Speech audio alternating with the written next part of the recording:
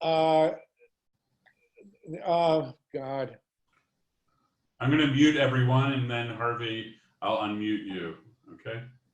Yeah, okay. I'm sending, here I got a thing from Cindy Ash.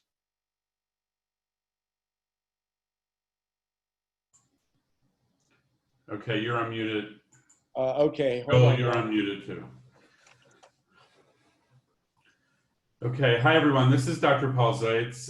Welcome. I'm the Executive Director of Build a Movement 2020, and I'm co-chair of the COVID-19 Emergency Response Group, which is a newly forming coalition focused on saving lives in response to the COVID pandemic. We're a coalition of faith leaders, civic groups, current and former Hill staffers, current and former politicians, and a wide range of organizations and entities.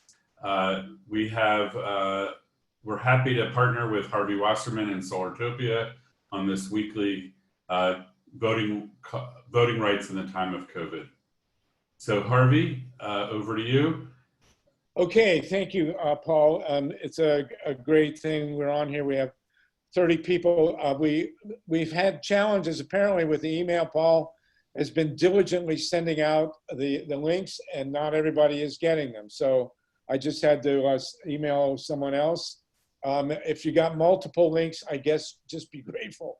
And if you didn't somehow did not get a link, or if you know people who didn't get links, please let us know.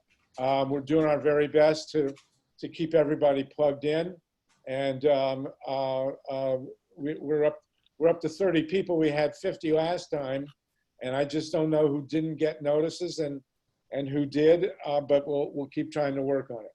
So we have a full agenda. We're going to go 5 p.m. Eastern, 2 p.m. Pacific. A few people in the middle, and a ton to cover. I had a talk with Bob Fitrakis, who's on the line, about what's going on in Ohio.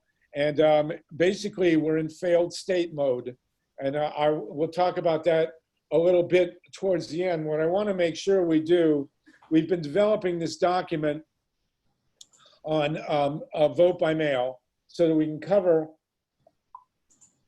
all the possibilities that we're going to face, as many as we can, with the vote by mail. We've also got Steve Rosenfeld on the line, who's going to talk. Steve, if you'll talk later a bit about what you found out in case there's a disputed election, which is a high likelihood at this point in time. Sure, sure. But most of you have gotten the document that I've been developing. We got halfway through it last time. So what I'd like to do is go through the rest of the document on vote by mail. We'll be joined by Mimi Kennedy in a couple of minutes to talk about the surrender rule.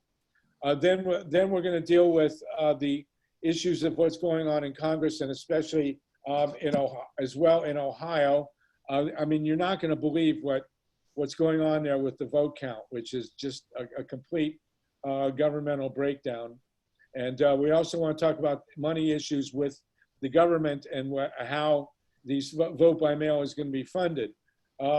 This has already become an issue now in California. California has announced that it's going to go entirely to vote by mail, but it's not clear how it's going to be funded.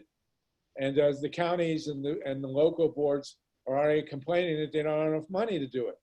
And of course, the Brennan Center has stated that we need $4 billion to do vote by mail nationwide, and there's no way that Mitch McConnell is going to let that money out of the Senate. And of course, Trump has expressed his contempt for vote by mail, and we've also heard it on the Postal Service, and whether there's actually going to be a Postal Service. I don't see Ray Lutz on the line here. Ray, are you on the line? Yes, you are. Yeah. Okay, well, I want to talk about the Postal Service in a couple of minutes. Okay. Actually, let's start with that, because we were kind of halfway through the document last time. There's one discussion that we need to have about the Postal Service. We'll know in September if they're going to succeed in killing the Postal Service. Trump is putting in one of his guys to basically destroy it. It was mentioned last week that if there's no Postal Service to deliver vote the ballots back and forth in a vote by mail election, that conceivably UPS or FedEx could step in, or some other delivery service. I don't know if there are any other, but we would face significant challenges. I've thought about this through the week, and I did business with the Postal Service for many years. We had a uniform business and we sold them their uniforms, but neither UPS nor FedEx has a presence in delivering first-class mail to rural areas. And there's also the issue of post boxes. If the Postal Service goes under, you've got, I don't know how many million people in the United States who don't have street addresses and depend on post boxes. If those go away, how are they going to get ballots? I mean, I think this is, and furthermore, FedEx and UPS will charge a fortune. You know, they're not going to charge 44 cents to deliver a letter, in the cities or in the rural areas. So I don't see how we get around, if we're going to do vote by mail, I don't see how we get around a dependency on the Postal Service. Ray, do you want to talk about that real quick?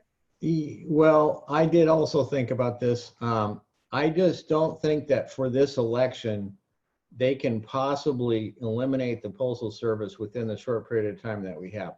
And if they did so, it would be a very bad strategy to try to block voting, because it's not a very, you know, people can still bring their ballot in, et cetera. It would not actually stop anything. So if their strategy is going to be, okay, let's fix the election by eliminating the Postal Service, if they actually did that today and said, we're going to eliminate the Postal Service, all hell would break loose because of what you just said. There's people in rural areas that have to be serviced and so forth.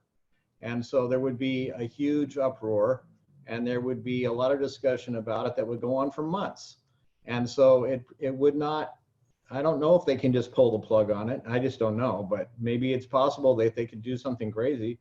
But I just think that it would be a very weak election fixing strategy to try to kill the Postal Service. And not to say that they're not trying to. They've been working on this for years, trying to make them look as bad as possible. And you know, the thing is that not everything has to make money for it. They've got some rule that the post office has to earn a profit, but not everything. I mean, parks don't earn a profit. They have those around and they fund those. So there's certain services and things that the government funds even without making a profit. They've just got this rule in there, and they've got this spur up because they think it's going toward socialization to have this run by the government. But here's a key thing about the Postal Service that is different. We rely upon that for privacy of our mail, and we don't really want to rely upon private companies to deal with these, especially something like this, which is if you put this in the hands of a private company like UPS, yeah, they could fix the election. If they don't like something on the election, they could monkey with the ballots coming in. Very bad. Okay. So anyway, that's why I think it's a bigger issue than what, you know, we have so many things on the table. I just don't think it's feasible for them to do it. If they start to more say this is on the table and we're actually going to do it today, then we can start another project to try to go after it. I just think that it's going to divert our attention from so many other things that we have to deal with. Okay, does anyone else want to comment on the Postal Service? You're welcome to do so. Paul, I'm hearing from Dorothy Reich that she can't get in. I don't know what the issue is there. Hi, this is Falabi. Harvey, if I may just chime in. Can I just please. A minute? All right. Okay. Sorry, I'm kind of multitasking here. So I think the administration doesn't need to actually kill the post office now. They can just do it by, just like they did with the EPA, with other agencies, just destroy it from within. You mentioned that the administration just appointed a Superintendent General for the post office, who is a major donor to the administration, whose for her purpose and intent is to totally make the agency non-functional. and kind of destroy it from within. As you mentioned, the agency needs money desperately. They've been affected by the COVID pandemic, and they need money. I think my understanding is that their money will run out in September. You know, Yes, if they don't that's get true. additional infusion of $25 billion by then. And as you mentioned, the Senate leadership under McConnell has kind of been resistant to provide more of this kind of support. So the administration doesn't, I don't think they will totally eliminate the postal service, but they can just destroy it from within and make it ineffective within the mail by Okay. vote by mail. Work. Right. Yeah. So what we need then, the reason we bring this up, we have to be aware of the issues with the Postal Service. It's another thing we're going to have to watch very closely. And you know, whether they think they can kill it or not, putting their own guy on top is really going to hurt. And those of us who are, since we're focused on elections, we're going to have to watch very closely, if there still is a Postal Service, how they handle the ballots. Because, you know, clearly the guy that Trump is going to put in is going to have an interest in subverting the election. And so it's another issue. I think Ray is right. They'll have a tough time killing it outright, but putting their own guy in charge, that is going to mean that we're going to have to be even more vigilant about the Postal Service. Okay? Okay, so let's move ahead. If you don't mind, I'm going to go through the issues on this vote by mail document. I will, after this, we will, I'll finalize the document. I'll send it to everybody, and then we'll publish it on the internet. And then we'll follow next week with a fuller discussion on the stripping of the voter rolls. And we'll have Andrea Miller come on around 6 o'clock today to give us an opener on that. Maybe next week we'll also get Greg Palast and whoever else has been focusing on the voter rolls. So our document, we started with printing and publishing, and then, you know, we can't assume that the post offices, the election boards are going to print these ballots right. And, you know, our goal, our overarching goal, is to have organizations in every county that are going to be seriously monitoring these elections, and hopefully some people will become part of the election boards, and we need to be inside as much as possible, especially in the swing states that we've discussed, because we do have these gerrymandered legislatures that are focused on subverting the election, and so we need to be right in there. So we can't assume, as we discussed last week, and I won't go back in detail, we can't assume that the ballots are going to be properly printed. Even the ink has to be looked at. We had a situation in Ohio in 2004 where they gave people pens or pencils to mark the ballots that wouldn't be read by the scanning machines. So we cannot assume that these ballots are going to be properly printed. We have to do that. We have to deal with the voter registration rolls. We'll talk about that in greater detail. Who gets a ballot and how, that's part of that. We just discussed overseas, the military voting. I couldn't get a clear number of how many people vote in the military and how many people vote overseas. It'd be good to know that. It's a big number. Obviously, a lot of people in the military, and obviously there are a lot of people overseas. I think it's in the millions, and it's significant. Harvey? Pre-stamping the ballots? Yes, Jennifer? Yeah, can I say something about, Quick, yeah, please. you know, anything about strings? Having oversight over the $4 billion is really important. And the $400 million that was already given for elections is not being spent on elections. It's being spent on COVID, although it's valuable. And if we don't put the word something in there, we cannot guarantee that whatever money we get will go in the right place. And what we've been hearing is the word restrictions. Republicans hate that word. So if we replace it with the word oversight, it might be something that might be more acceptable. Okay, well, we've jumped into it. Okay, let's deal with that since it's right there. It's right there in your order of your things.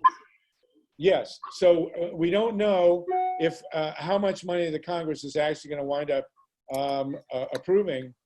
for use in the elections. And then the second step is the money actually going to be used for the elections.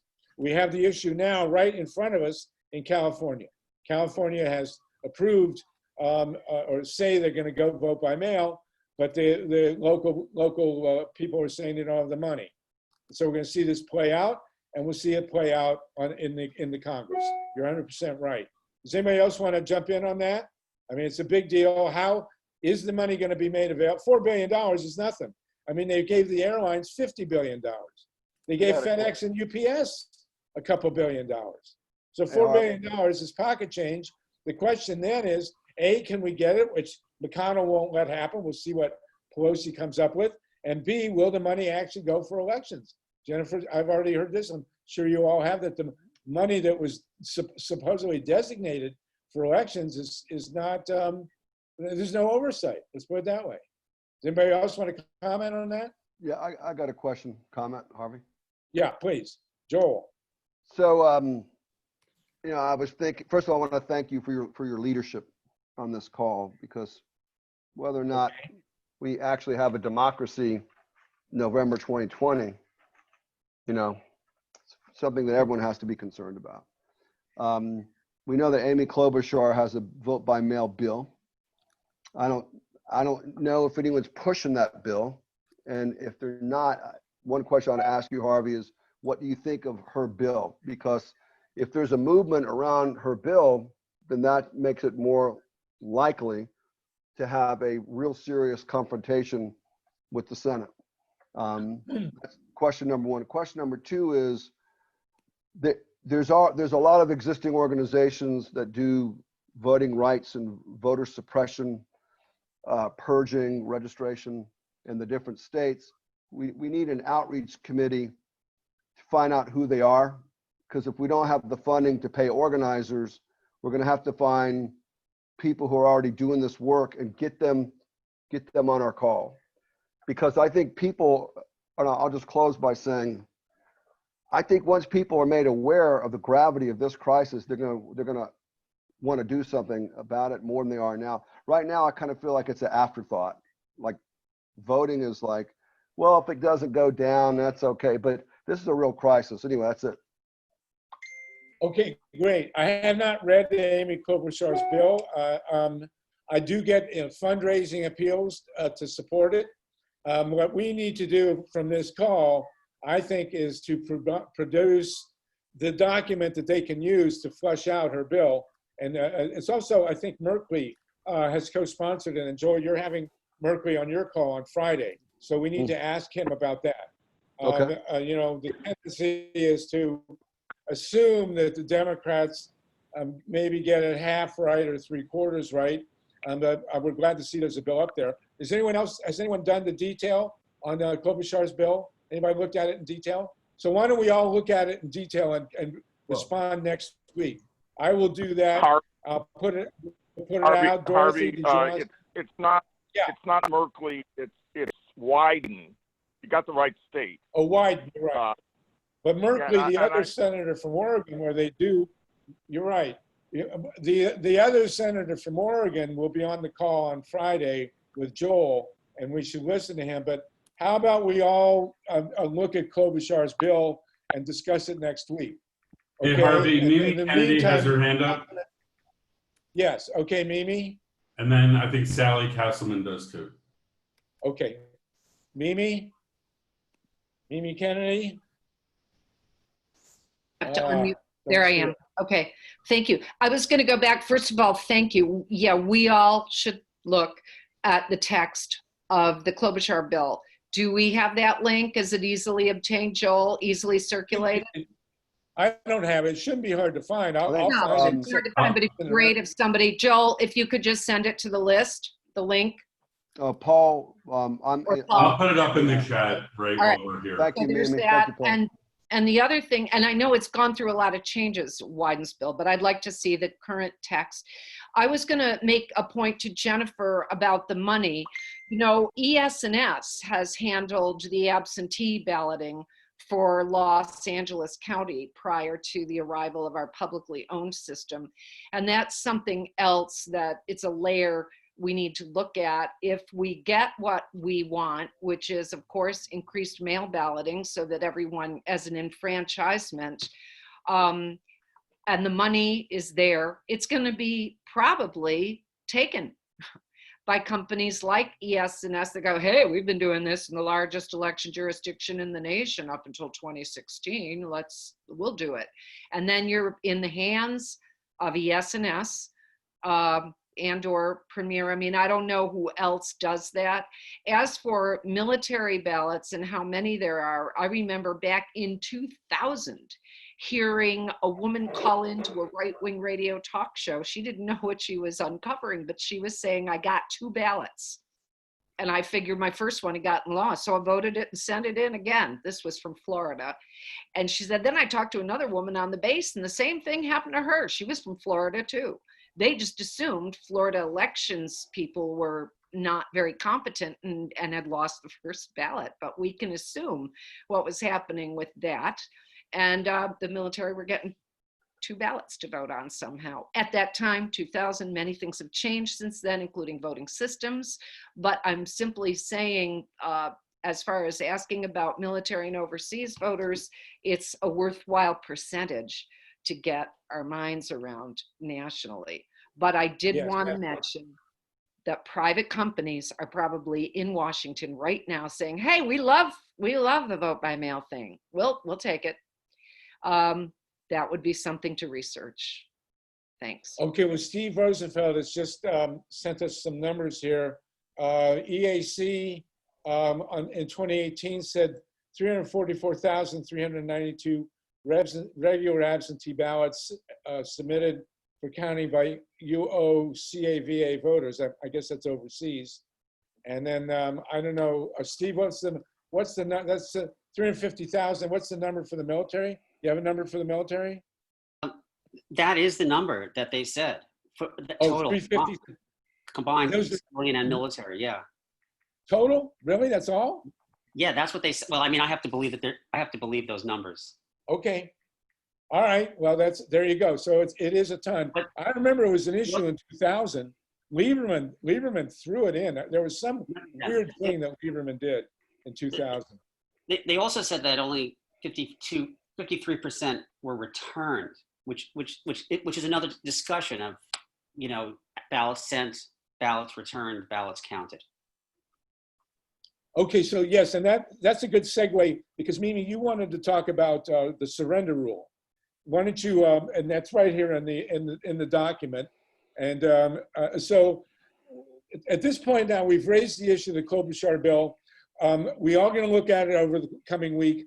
And then by the end of the week, I will have a document that should be ready, almost ready to go. And so next Monday, we should all have the document and I'll finish up this week. Simultaneously, we'll have the conversation about the Klobuchar bill, and then we can submit the document on vote by mail to Klobuchar's people, and hopefully it'll be of use. And then, but whatever her bill says, we'll be prepared and we'll know what's going on, okay? So Mimi, you want to talk about the surrender rule?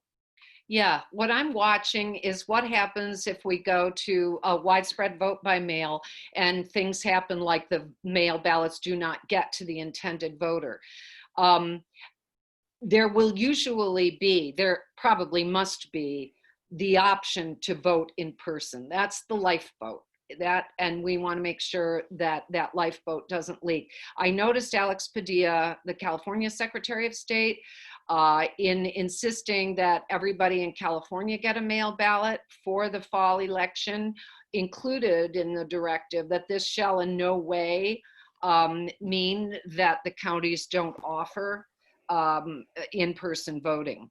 Particularly, it's an ADA rule that you have to have assistive devices. So it'll probably be mandated under that federal rule, but it's also a good idea.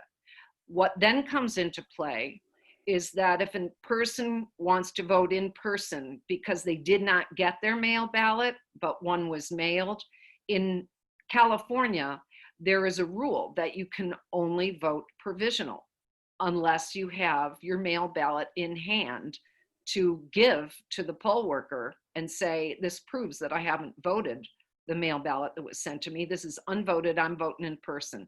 Then you can get a regular ballot, and we call this informally the surrender rule. You must surrender your mail ballot in order to get a regular ballot at the polls. Well, if the issue is you never received your mail ballot, it was intercepted, it never got there, the post office has been so decimated they can't do it, then you got a lot of people appearing at the polls and they're going to vote provisional.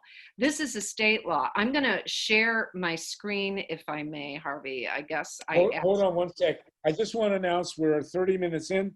This is a national Zoom call with the COVID-19 response group on voting rights. This call happens every Monday at 5 p.m. Eastern time, engineered by Dr. Paul Zeitz and convened by me, Harvey Wasserman, with Joel Siegel.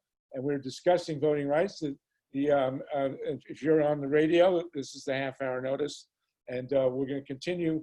Mimi Kennedy is talking to us about the surrender rule and how it's managed with vote by mail. Okay. Okay. So I'm going to ask to share my screen if I can. Harvey, do you see that? Yes. Mm-hmm. Okay.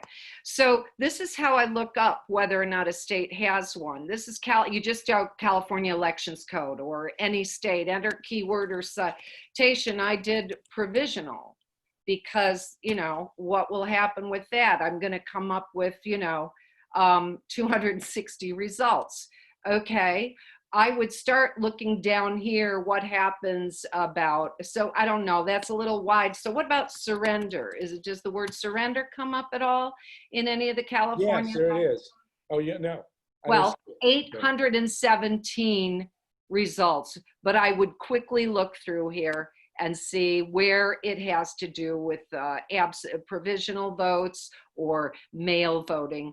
And I do come up with it eventually, and then I copy it and keep it. And that's how I find out if my state has a surrender rule. I did this for Ohio, and it doesn't say that you have to exchange your unvoted mail ballot. It just says that if you don't get your mail ballot and you try to vote at the polls, you will have to vote provisional, period. There was no incidents noted or affirmed that you could bring in the mail ballot, surrender it, and then vote in person. It looks like in Ohio, they have a de facto surrender rule, but they don't even address that you could possibly prove you hadn't used that mail ballot to vote by producing it and giving it to the poll worker. It's just if you were sent a mail ballot and you're on the roster as we issued you a mail ballot and you're in person to vote, provisional is the only way you can vote. So you can. Well, but can't you just give them? Can't you just put your mail ballot in the box? When That's you go assuming you got it, Harvey. My whole approach is to defend against any schemes or simply happenstances in which the voter does not receive this mail ballot that presumably is going to everyone in the county or everyone in the state or everyone who got through the application process that's arduous in many a state. But what happens when that last bastion of mail voting is intercepted? Something goes wrong. The lifeboat is go for the lifeboats, you can vote in person. And if you do that, the leaky lifeboat is you will be voting provisional. That's been the thing I'm trying to research. I thought it was a problem. I know it's a problem in LA County before we had electronic poll books, which erased the problem because we in LA with electronic poll books can just say, cancel my mail status, cancel my mail ballot. I didn't use it. I don't want it.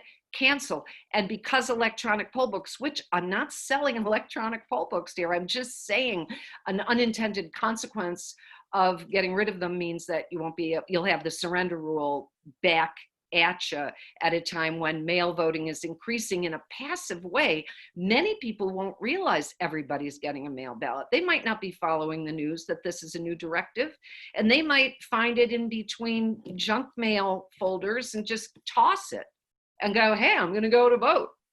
Either early voting or election day, I'm going to go vote. And they'll go like, well, you got a mail ballot. And you go, I didn't know that. well, you haven't been following the news. You don't know about mail balloting, and now you have to vote provisional. Unless you have electronic poll books, then you just go, okay, you want to cancel it? Go vote a regular ballot. This is a complication. I call it a surrender rule, and I think we're going to find it in a lot of state codes. I found it in Florida. I found it in Ohio. Not under the word surrender or surrender rule. It's what I call it. And I think we really got to be careful. So what I would want in a Klobuchar bill is, what is the cure for a lost mail ballot? What's the cure? Harvey, can I pipe in here? This is Lisa Gibson. I'm with Indivisible Hawaii. I'm also part of the Secure Elections Network. Colorado, which is the gold standard, every ballot, every mail-in ballot has a barcode. It's not possible to vote twice. So if the dog eats your ballot, so the technology exists to fix the problem that you're talking about. So if you're talking about the Klobuchar bill, that's what you really should be asking for, is a barcode. And you can track your vote, just like you can track your FedEx package. So the best practices are there, the solution is there. I think it's a great idea to get that included in the bill. But everything you're talking about, there is a solution for it. Jennifer, in that solution, the barcode is on the ballot as it goes out to the voter. Correct. Now, you can if the track voter, your ballot, you can the track the ballot.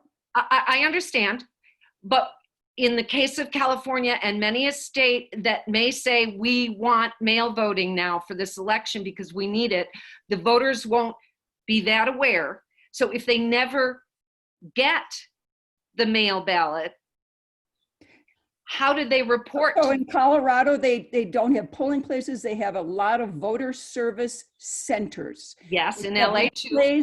replaced polling places. And So you have that if you don't have your ballot or you have a problem, you Yeah. go to your voter service center. Okay, and how does the voter service center treat the fact that you didn't get this mail ballot? I don't know.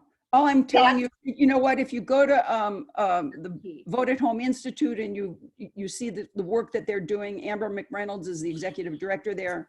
She was one of the people that led the effort in Colorado. They have so many. I know the answer to that. Okay, I think Harvey, Harvey, thank you. Harvey Branscombe, go ahead. Sorry, I just jumped in, but that surrender rule is not a problem in Colorado. The voter service and polling center will issue a new ballot and envelope to anyone without requiring the surrender of the old. Okay, and do they have electronic sign-in, Harvey, at those voting centers? All of the poll books in Colorado are terminals on the statewide voter registration database called SCORE. So they're operated by election judges who are behind the counter, and the voter just talks to them. And so the voters do not enter any data themselves. That's right. That's the same thing we have in LA. But in fact, that's a live connection between the voter rolls and the in-person sign-in voters standing right there. Yeah, definitely. Yeah, So, that data is running over the internet, sure. So people that have that, and they're usually called voting centers, as opposed to old-fashioned polling places with paper sign-in books, I do know they can cure this lost mail ballot problem without a surrender and without a provisional ballot. But those are, I just don't know if the nation suddenly gets expanded mail ballot voting without more updated vote centers, such as California has and Colorado has. I know LA based theirs on Colorado, so thank you for bringing that up, that you do have that cure, but that addresses the fact that I'm trying to say, wherever there is this electronic sign-in, which has its vulnerabilities, nonetheless, it does take away this problem of provisional voting if mail balloting goes awry. So thank you for bringing that up, Lisa and Harvey.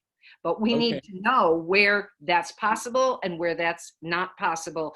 And Amy's and Ron Wyden's bill needs to be specific about what they envision happening to voters should the mail never get to the voter. Yeah, Probably. all right. Yeah. Very important stuff. Well, I'll try and incorporate that in the text of the document. Ray West, did you want to say something real quick? Yeah, I just wanted to add into this because it's related. We were informed from, I think it's Washington, that also does all vote by mail.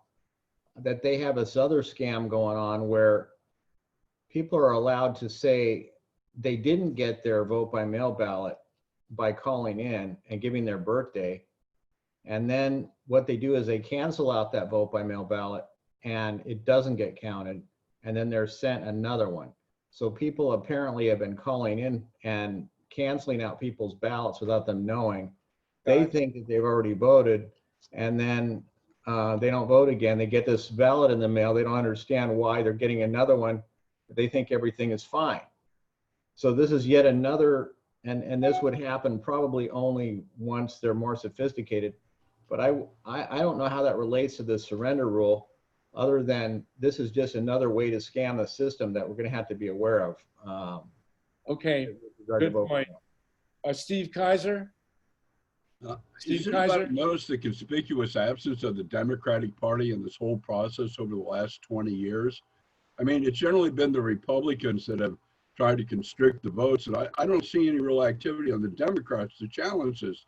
And it's conspicuous absence that I don't know if anybody else has seen that. Now, Amy Klobuchar and Ron Wyden are working on something. Bless both of them. Yes, we said that. They have a bill. You must have just come in. Finally, 20 years later. Okay. Do you see what I mean about the conspicuous absence of the Democratic Party challenging this? Yes, Bob Fitrakis and I have written, and also Steve Roosevelt have written 6-7 books about this. So this is why we're meeting, and this is why we've got to do the work that they have not done. Well, why have they not done it is the thing. That's not true. Okay. Steve Roosevelt? Yeah, but just to respond to that, the Democrats through Mark Elias and Priorities USA, a super PAC that has tens of millions of dollars, have filed something like 30 lawsuits in something like 15 states, mostly trying to target or knock free these nickel and dime barriers that surround absentee voting and other get out the vote processes. It gets really granular, and they're settling some. They tend to be winning most when they, but it's ongoing. They're not the only groups out there doing this. You have the Lawyers Committee for Civil Rights Under Law, the NAACP. You've got Stacey Abrams groups. So there is a lot of litigation that's being pushed, and it's being pushed now because between now and mid-August, more than half the states are going to have statewide elections because of these primaries, or they're going to the presidential primaries or state primaries. And if you don't change the rules now, you're not going to get them changed for the fall. So it's wrong to say that the Democrats aren't doing this litigation. What is right to say is that they may not be focusing on what we think is most important. So for example, they settled a suit late last week in the state of Nevada, where the Secretary of State, who's a Republican, only wanted to send out ballots for an upcoming June election to only active voters. These are not the infrequent voters. So they settled a lawsuit with Clark County, which is 80% of the state, where everybody will get a ballot. But the original plan was only to have one in-person site per county. Now this is Las Vegas, one site per lot, all of Las Vegas, 80% of the state. The settlement says they now will have 3. That's insane. But so this is the kind of stuff that is really going on, and I just want to, there is I'll put up a link in a second on the chat where you can follow most of these suits, at least that the DNC and the state parties have filed. Stephen, thanks for your input on that. But doesn't this rise to a level of the Supreme Court case in violation of 14th Amendment, which guarantees voting rights to everybody? No, the magnitude of this just seems way off the scale, and the action against it has been so paltry. Okay, I don't mean to belabor it. I'm done. No, it's okay. So here's what we're going to do. We have Bob Fitrakis has agreed, and we're going to put a portal at the freepress.org website. And Steve, if you can send us the database, we're going to try and post all these links to all these lawsuits. Everything that's going on with election protection, sent to me at solartopia.org, solartopia@gmail.com, and to Bob Fitrakis, and we'll have a full, hopefully, database where you can go to all these websites, all these lawsuits, as well as all the other issues that we're facing. And we can do this with Emily, with your site as well, and at the PDA, Progressive Democrats website. Whoever wants, we will have hopefully a pretty complete database, as good as we can, that's going to include the issues with voting rights in terms of vote by mail, the registration rolls, B, the lawsuits, C, what's going on with the state by state. There is a group out there that's doing kind of a state by state monitoring. And then we'll also have a section with all the different groups so that everybody will be listed in network. Steve's right, there are people all over the place working on this that we will never know about. But we got, so we can take some heart in that. And the Democrats have done some stuff. I mean, it's appalling what they haven't done, but we'll go ahead with that. Steve, did you want to add anything else? One real quick thing. Are we getting no press coverage on this because of the corporate press? Yeah, you're not getting any press coverage on a lot of this, and here's why. Well, here's what's happening is that because people think, this is the media, national political media, that the nomination contests are over, that it's Biden versus Trump. They're not really covering what's going on in the states with the remaining primaries and other statewide elections that are happening this month, June, July, and then there are some statewide elections that resume again in August, like in Florida and Michigan and other swing states. So they're not covering it because they think that it's done. And the other thing that's happened is, and this is in the courts, and this is a really big deal to understand, is that what the Supreme Court did in Wisconsin was they said that whatever is the pre-existing law passed by legislatures is the highest standard or authority to adhere to. So in a lot of states where you have these shitty laws that basically are voter suppression, technicalities that are masking voter suppression, that's what the federal courts at the appellate and higher level are going to stand behind. And that's why all these lawsuits that are happening now are trying to knock that stuff free to some extent possible.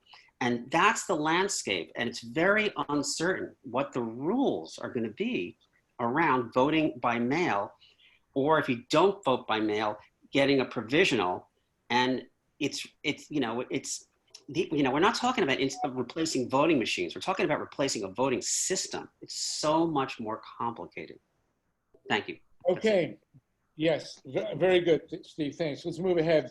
We talked about how the ballot issues were come in. We talked about the voting system, the postal system, where the ballots will go. Will they be protected? Voting centers, a big issue. I'm glad to hear there are 3 in Las Vegas. I'm sure they'll all be equipped with slot machines. The surrender rule, universal paper ballots. One thing that we want to hopefully gain from vote by mail is that everybody will have access to a paper ballot, including when they come in to a voting center.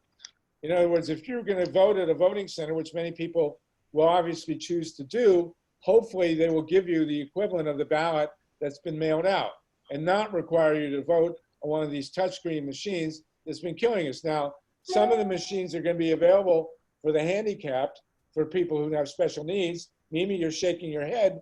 If I choose to go in and I don't have a mail-in, a paper ballot, are they going to give me a paper ballot, or am I going to have to vote on an ESS rigged touchscreen? Does anybody know? Mimi Kennedy.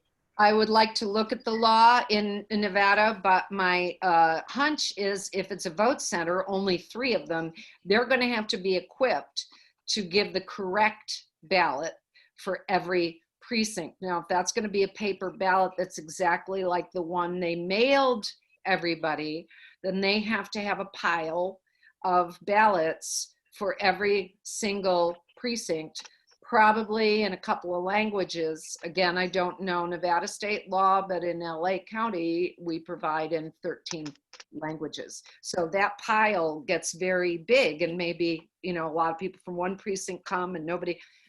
Consequently, ballot on demand is what's necessary. So you need to be able to print out the correct paper ballot, like the one. I'm just saying all these things because, Harvey, I don't want us to make a demand that is not consequential, that absolutely cannot be met by existing rules. And so I'm just saying, be careful about saying if I appear in person, I'm going to get the exact same ballot that I would have gotten for myself in the mail. I'm not sure how that's possible without printing there and then, or if they have a stack of them pre-printed, just waiting for everybody at the vote centers. That'd be amazing. We didn't do that in LA with 4 million voters, but just, I'm trying to give you the picture. Are you getting the picture of that? Here's the question, and this continually arises, and it's further down, but it segues here. How are the paper ballots that come in, vote by mail, going to be counted? Now, John Brakey is not on the call, apparently. John, are you with us? But John has been advocating these ballot imaging machines. Now, the ballot imaging machines, if they're there to count the paper ballots, should also have the capability of printing the ballots when you come in. You showed me, Mimi, we went to a vote center. You showed me a machine that can print. There's 14 languages that people vote in LA. So does the machine that gives us the ballot image also have the capability of printing a ballot on demand? No, Harvey, you're getting now into the details of voting systems, of kinds of ballot marking or ballot printing on demand devices. And that is like cars. You know, you got to go see the Lincoln and the Ford and the whatever. But I showed you our ballot marking device where you marked it on a touch screen and it came out as your printed ballot. And then in LA, that gets not imaged there on that machine and not counted there on that machine. It is sent to a central secure location so that there's not counting software at all the locations. And then it's counted and ballot imaged. We have ballot images and we have counting and we have paper ballots in a secure location. But a lot of people hate our new system. So I'm not here selling it or advocating it. I'm just trying to explain that is how we answered some of those problems of getting a ballot on demand, even though you're at a vote center with any precinct in any language asking to vote on paper. So our mail ballots are counted by the same tabulating system that the BMD ballots are, and they all create ballot images of their paper ballot style. The mail ballot being a different style than the BMD ballot. But like I say, I feel like I'm describing a Ford, or I don't know the names of cars, but you know, an Escalade as opposed to a Volvo or something. You know, we're getting into what's already in place, and I think we got to be a little careful because I just want you to know the obstacles in the way of saying I want the exact thing I would have been mailed, but I don't have it, so I'm at a vote center and I want that to hand. So if someone comes into a vote center on election day without a ballot and they weren't signed up or whatever, are they going to, is the election center going to have, and I guess this will vary from state to state and county to county, is the election center going to have an inventory of paper ballots on hand, or are they going to have a machine that's supposed to print a ballot on demand? Neither. What's going to happen? Neither. We've tried to get in-demand printers to do exactly what you're asking for. And what we've been told is to get an in-demand printer, you have to match your machinery. It's going to take many, many months. It's a lot of money. You can't get that. The best they can hope for is a plain piece of paper in which you have to fill out manually. That's their version of a hand-marked paper ballot. You have to fill out manually for supervisor, their name. For this, it's horrible. And that's partly because in Los Angeles, we don't even have, it's not open source, so we don't know who we could match. Everything that she's saying about, you know, the difference in cars, you have to match our system with a ballot on demand printer that might match it. And it's very complicated, and we're trying to get it for November, and we've been told over and over it's not enough time. And I also want you to know that if you go to all the trouble of hand marking that ballot where you have to say what the candidates are and the races, you have to name the title of the race and your candidate, when it gets to the registrar, it just gets remade. And entered Probably into on the BMD so that they can tabulate it. Really, that happens. So. Let me just say this is Ray Lutz. I think that this is an artificial thing that they've set up. They want to make it everybody using these touchscreen machines. LA could have bought some printers and printed out. You don't have to have them in stock. You can just have a list of PDF files, choose one and print it right there, hand it to the person. They go over with the pen and fill it out and turn it back in. That's the way I think they should run these things anyway. These touchscreen machines are so in love with in LA. They spent $300 million on machines that they had a lot of trouble with, you know, and now people are not going to want to use the touchscreens with the threat of COVID-19.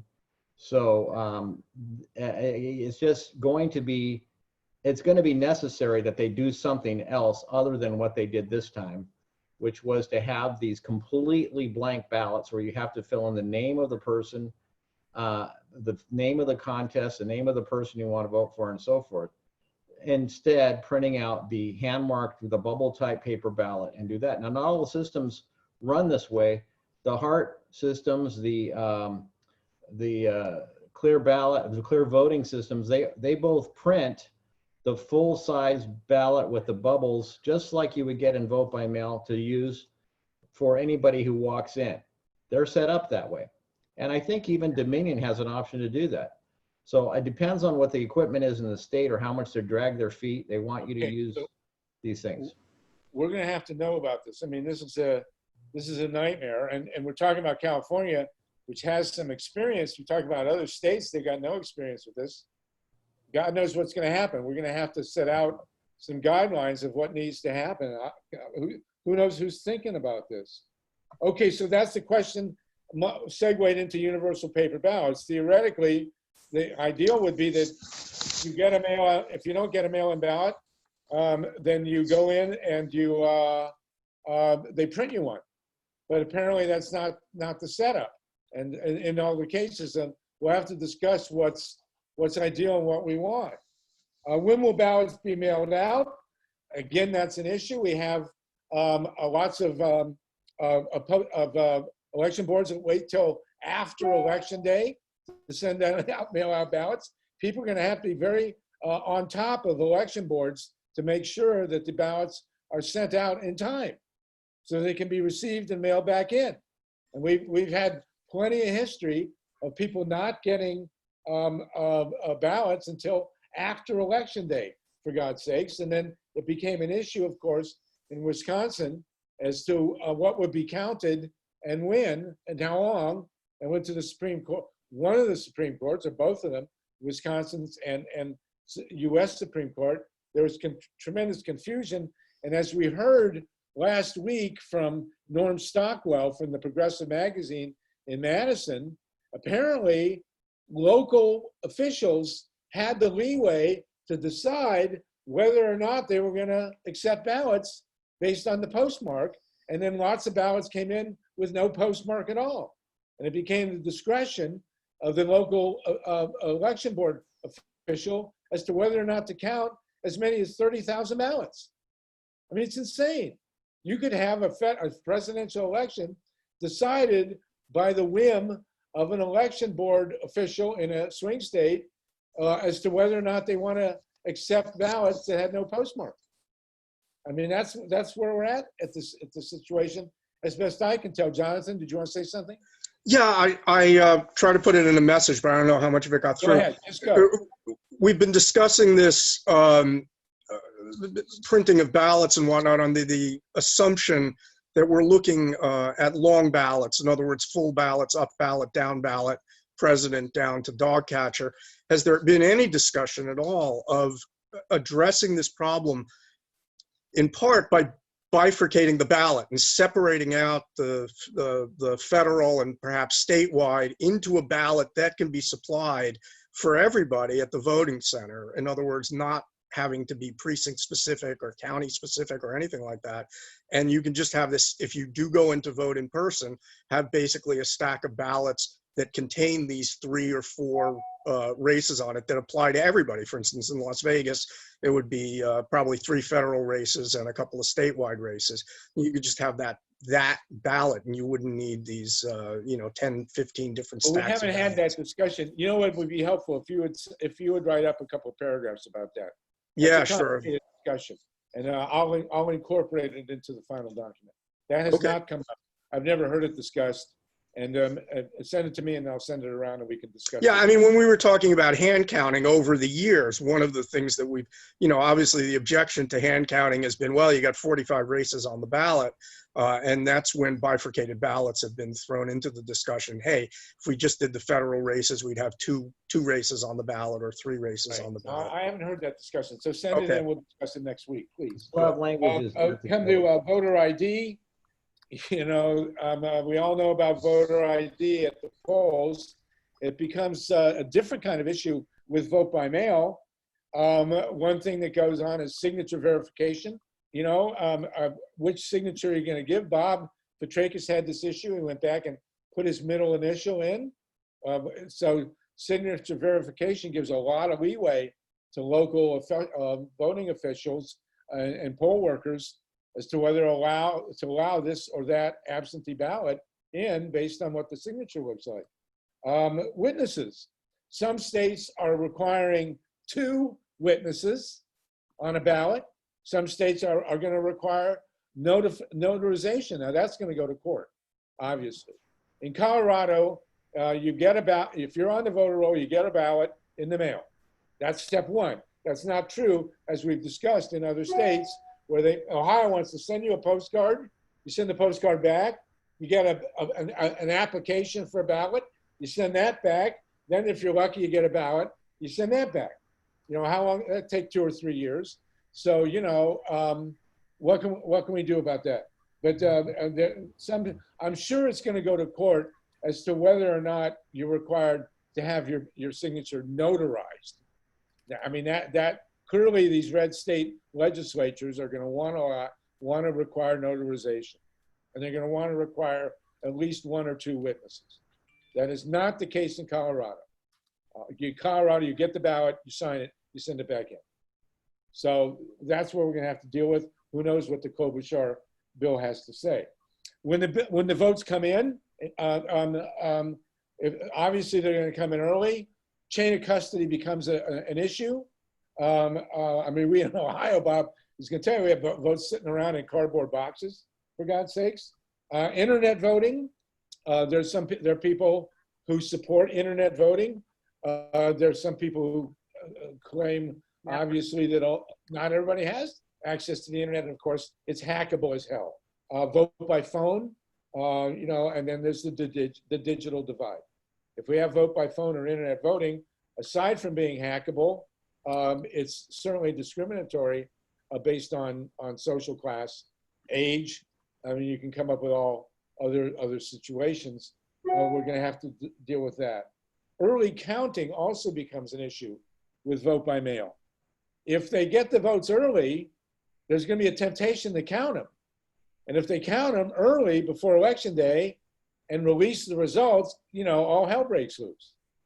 And we actually had this issue, I'll never forget, in the 1980 election. Jimmy Carter conceded before they voted on the West Coast and Hawaii. It's outrageous. But if you get a situation where the votes come in and they're early and they're counted early, it's a nightmare. We have to safeguard against that. Then the question, of course, is how the ballots get counted. You got 138 million ballots coming in by mail. Are they going to be hand counted?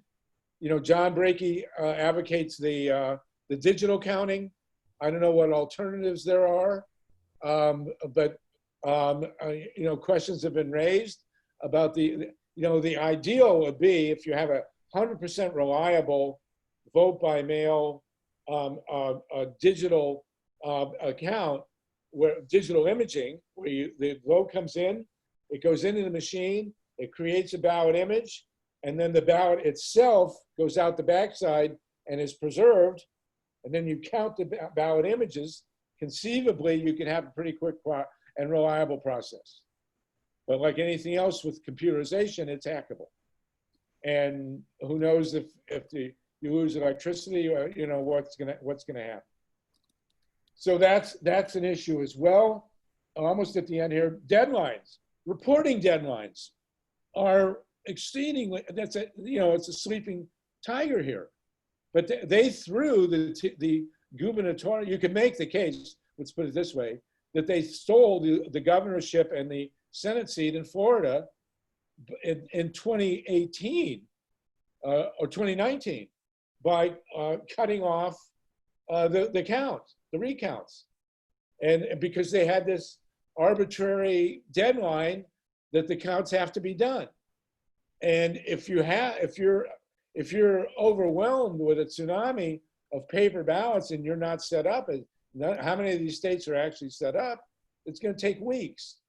But if there's a deadline and the court stepped in and said, no, you can't do the recount past the deadline, therefore the result is as it is, even though these ballots haven't been recounted.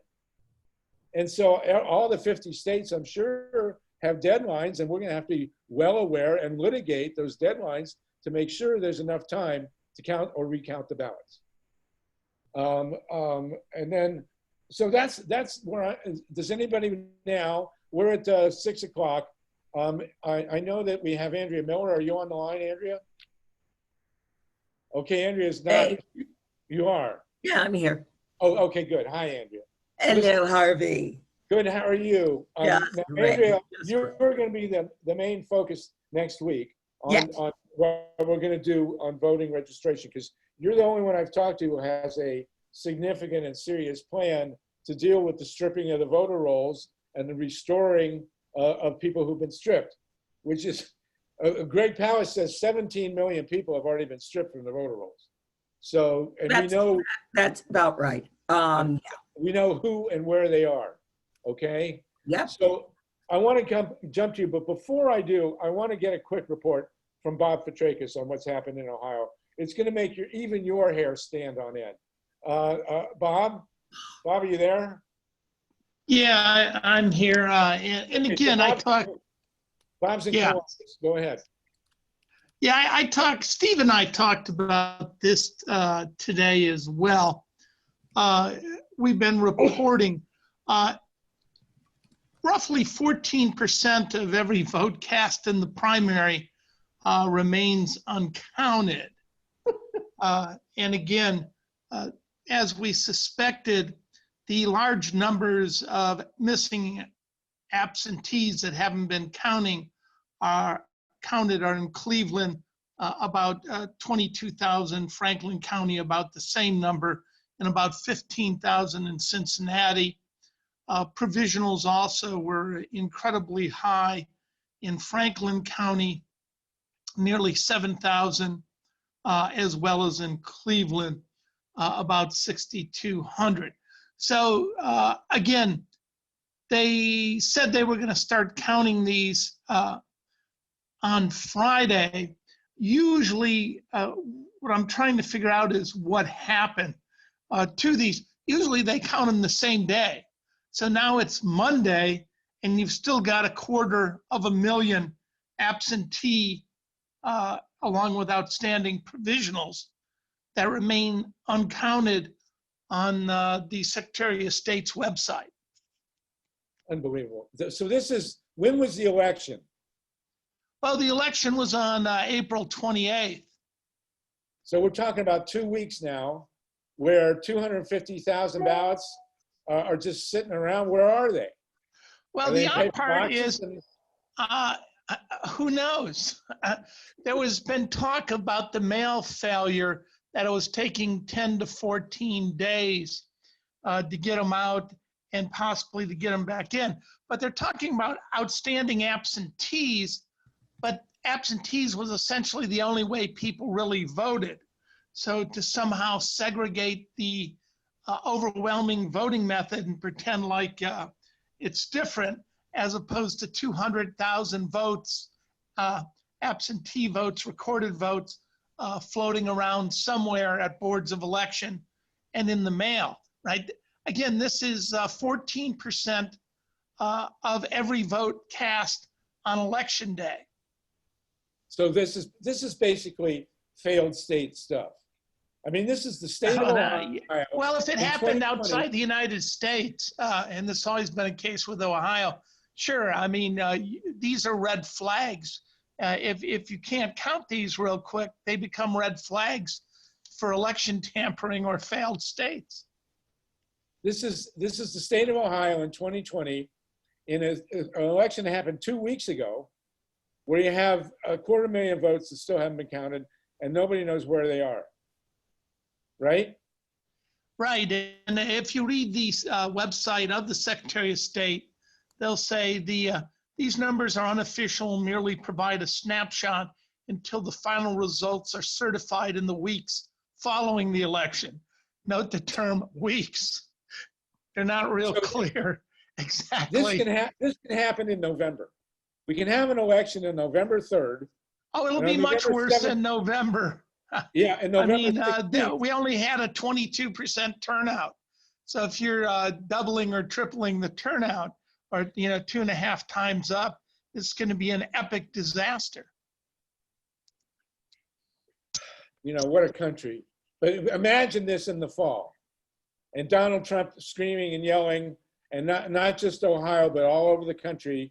You have 10, 15, 20% of the ballots that haven't been counted after 2 weeks, and we don't know really where they are.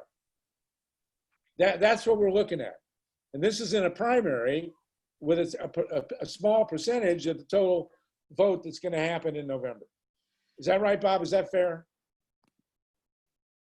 Absolutely. There's going to be a 2.5 time voter turnout in the fall. But these numbers are staggering.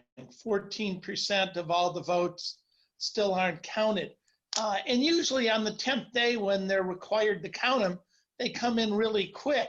So the question is, what's delaying the vote count? Well, they probably don't have the outcome they want. Sorry, I had to put that in. Okay, Bob, anything else, or Steve, you want to add to this catastrophe in Ohio that is a snapshot of what we're looking at in the fall?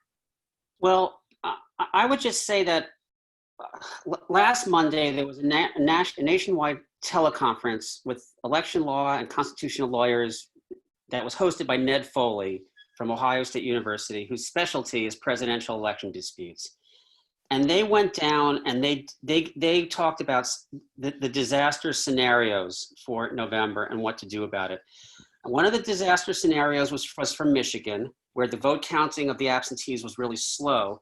And there started to become a slow shift from an initial lead by Trump to Biden taking the lead.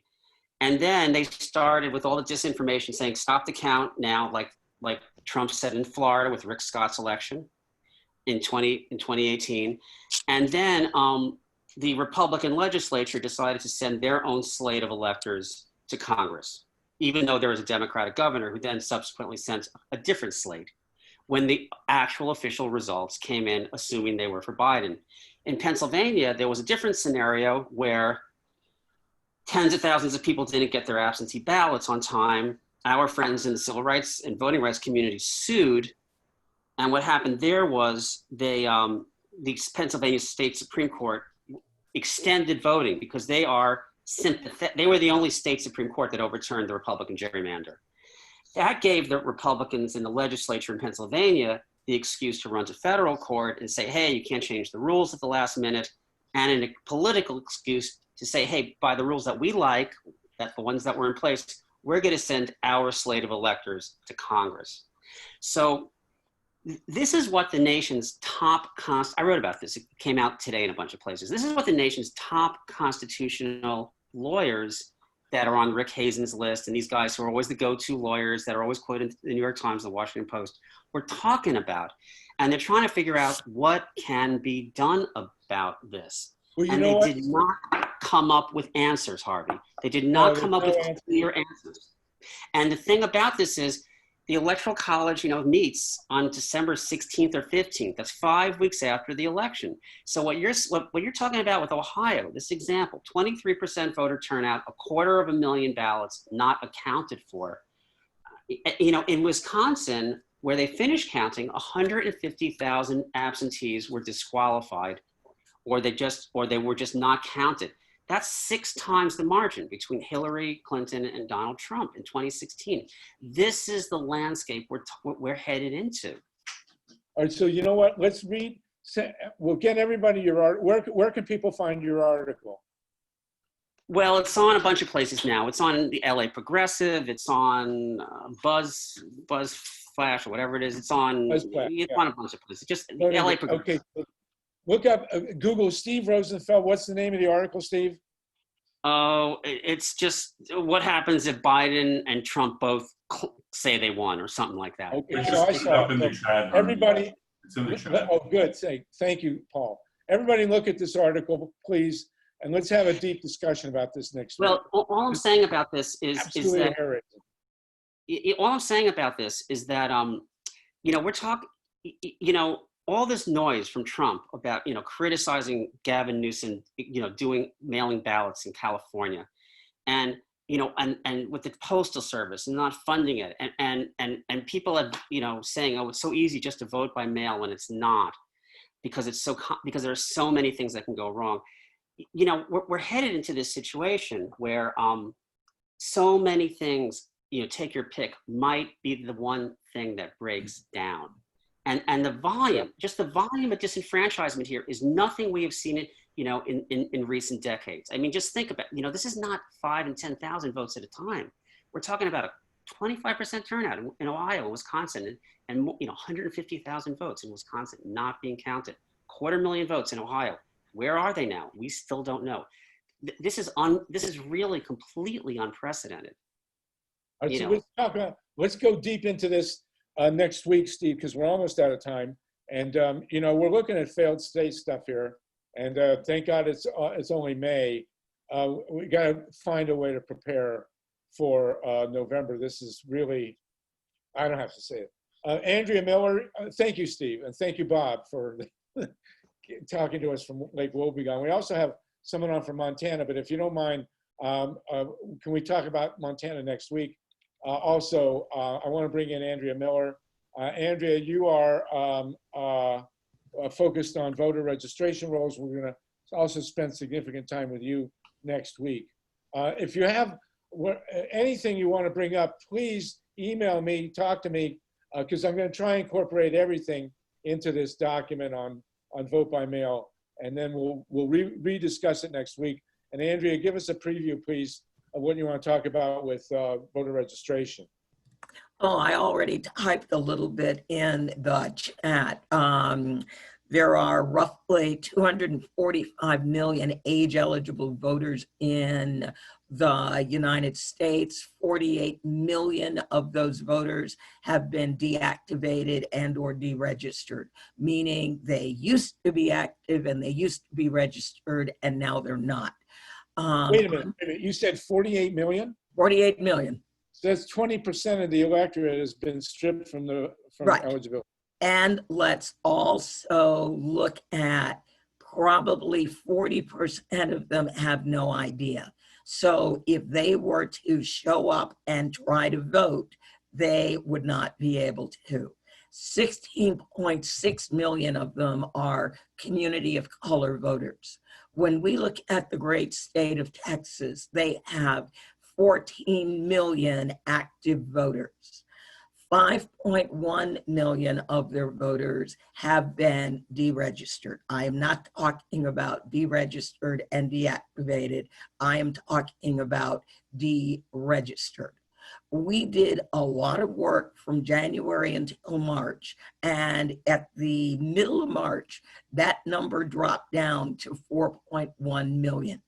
By the beginning of April, it was back up to 4.6 million. People are getting thrown out the back door faster than we can bring them in.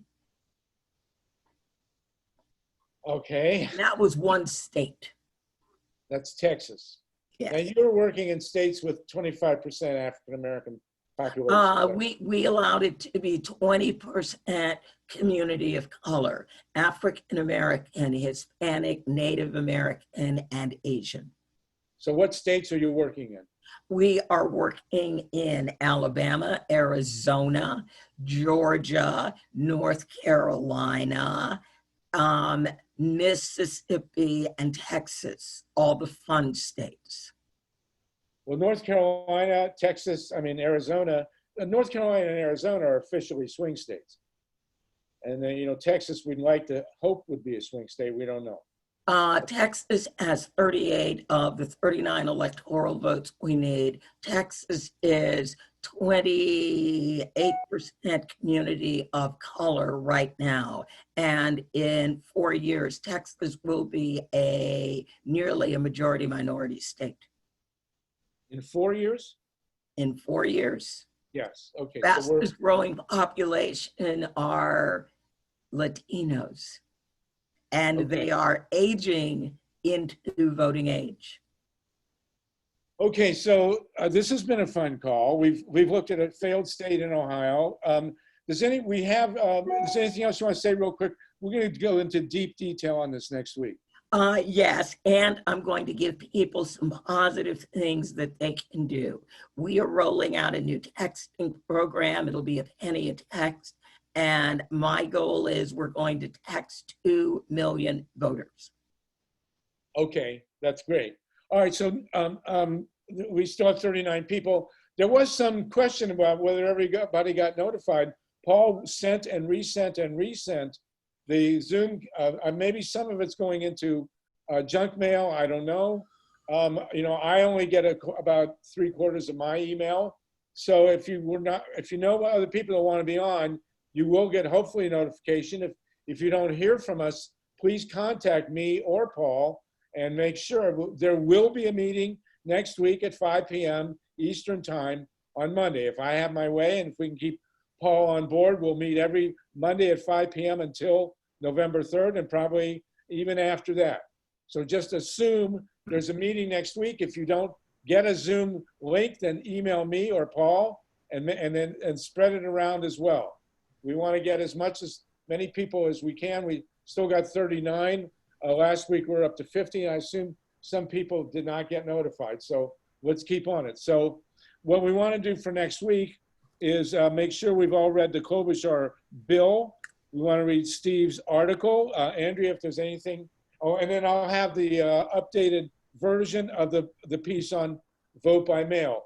Is there anything anyone wants to add about vote by mail that you think that we didn't cover in this discussion? Well, I sent you, Harvey, this is Ray, a thing. I'm sorry it took me so long. I sent it today regarding the oversight issues. And some of them are better, some are worse, but based on COVID-19 making it hard to actually go and watch them do signature verification, for example, watch them how they're handling the envelopes to see if they're looking at the name and then the ballot and then deciding on what to do based on that.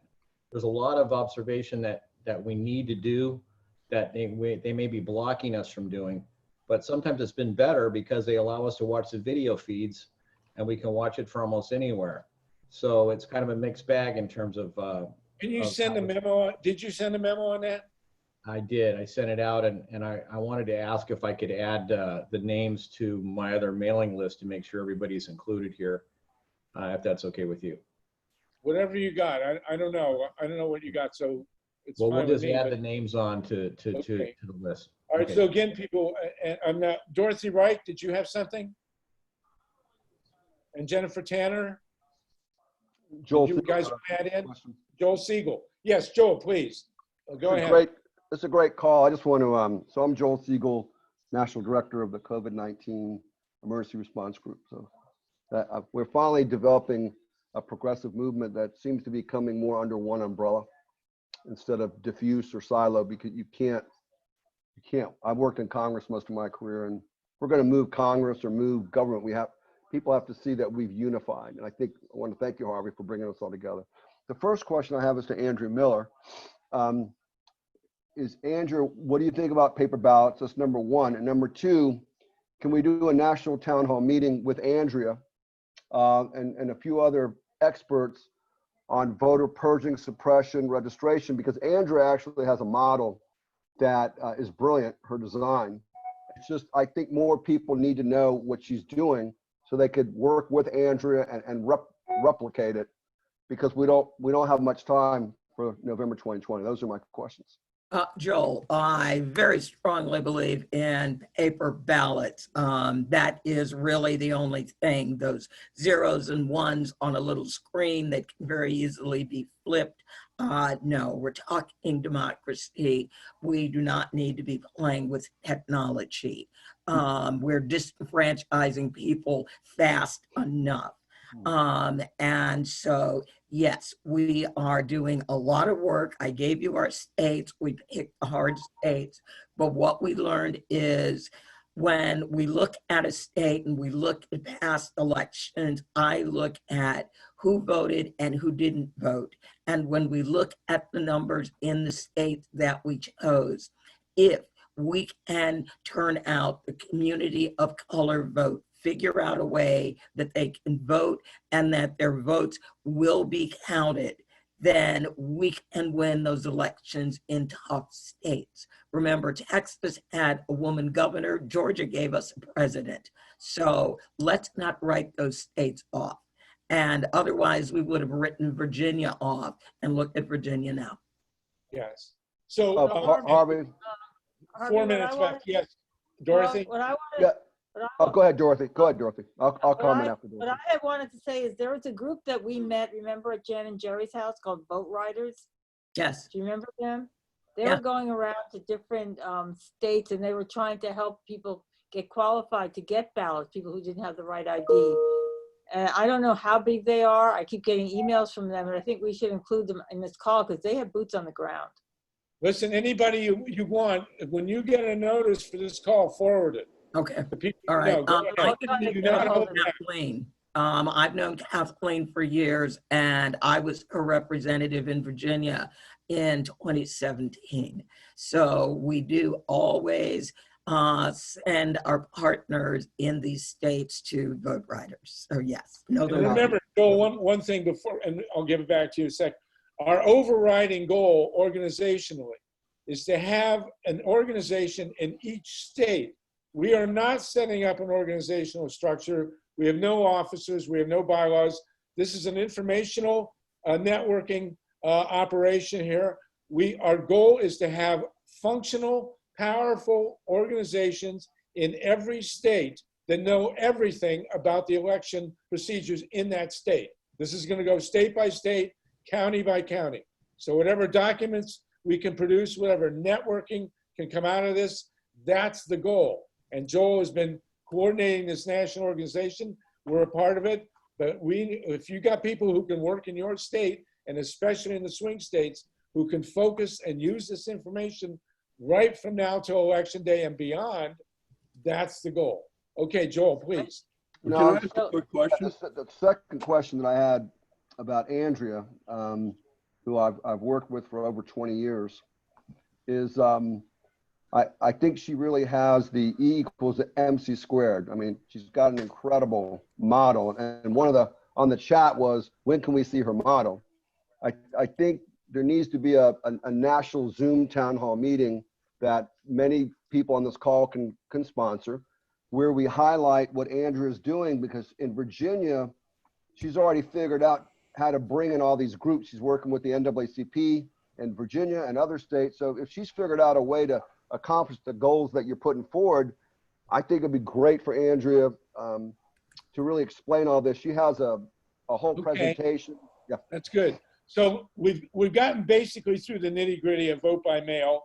We'll have a document next week which we can finish up. It can be used by people all over the country. We'll develop with Andrea a similar document on voter registration. We'll have a network of organizations, and we'll have an ongoing report state by state. Can I ask a quick question before we go? Looking at. Am I missing anything? Can I ask a quick question before you go? These numbers Who's that this? Andrea Miller and Steve Kaiser. All right, real quick, Steve. We're almost done. Well, please, yeah. Greg Palas and Andrea Miller cite really frightening numbers. Is there anywhere we can go to get a feel for these numbers if people have been disenfranchised? I mean, 17 million is unbelievable. All right, well, look for us. We'll send out sources. We'll come to this next week. That's going to be the focus of our discussion next week. Bob Fitrakis? Yeah, just in 2008 and 2012 and 2016, more than 1 million between 1.1 million and 1.25 million were purged in Ohio alone. So, So we have again, to have people on the ground in Ohio. Bob, thank God you're there. And in North Carolina, I know Joel is working with people. We've got to have people in every state and in every county. And so we're developing, hopefully, the information base, and we'll discuss this again next week on voter registration. We will set up at freepress.org a repository, and which will be movable. It can go anywhere else that you want to take it.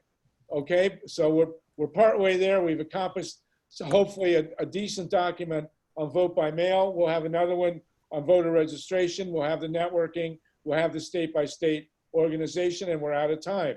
Does anybody else want to pipe in? Thank you again, Paul. You're the essential man. Thank you for engineering this. Thank you, Joel, for doing all the umbrella work with the COVID-19 operation. We're finishing with about 36 people. Well, we had about up to 40. We had additional ones last week. So if there's any kind of communication problem, if you don't hear this coming week, assume there's a call, email me or Paul and get the contacts and spread them out. Okay? Thank you very much, everybody. Thank you. And no nukes. Thank you. We'll see you next week. What's wrong with nuclear power, man? Oh. I mean, come on, man. That'll be 2 All right, weeks. Joel. We'll have that call. Okay. Hi, Jennifer. How are you? Hey, good, great. Jennifer, great people for your Good work stuff. in North Carolina. Great people. North Carolina, we're gonna pull it. We're gonna pull it through. Well, I predict North Carolina will decide this election, so we'll see. We've got a big Senate race. We're gonna Yes. try to get Cal Cunningham on some conference calls, but we've got to. Our state is really just. Well, I have 2 great women for you in North Carolina. I'll put them in touch with you. Sounds great. Lindy Hauk, you on? Hey, Lindy. Okay, you guys. Thanks. We're going to Thanks, gradually everyone. fade Take off care. into the sunset. Thanks again, Paul, for doing this. Email me, solartopia@gmail. All right. Thanks, everyone. Thanks, all. Thank you, Paul. Good day. Andrea. Thank you, Andrea. Thanks, everyone. Love you Thanks, all. Ruby. You too, baby. Thank I you. can't get off. Hard to believe this was an hour and a half.